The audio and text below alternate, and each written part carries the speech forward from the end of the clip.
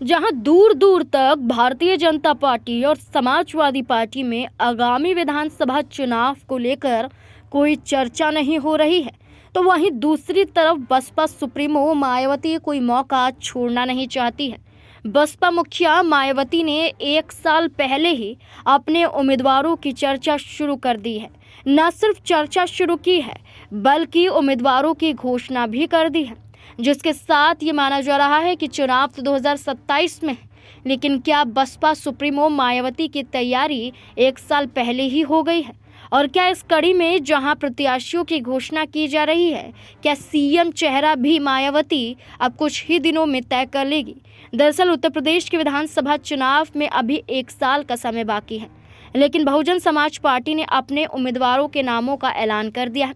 बसपा ने अभी तक करीब आधा दर्जन सीटों पर प्रभारी नियुक्त किए हैं। बसपा जिन चेहरों को विधानसभा क्षेत्र का प्रभारी बनाती है, बाद में उन्हीं को कैंडिडेट बना दिया जाता है, ऐसा कहा जाता है। आपको बता दें कि बसपा प्रमुख मायावती ने 2027 विधानसभा चुनाव की जिन सीटों पर प्रभारी नियुक्त किए हैं, बसपा ने आजमगढ़ की दीदारगंज विधानसभा सीट पर अब्बुल कैश आजमी, जालौन की माधोगढ़ विधानसभा सीट पर आशीष पांडे, जौनपुर की मुंगरा बादशाहपुर विधानसभा सीट पर विनोद मिश्रा और सहारनपुर देहात विधानसभा सीट पर फिरोज आफ्ताब को प्रभारी बनाया है। इस तरह से बसपा ने इन नेताओं की उम्मीदवारी को हरी झंडी भी दे दी है।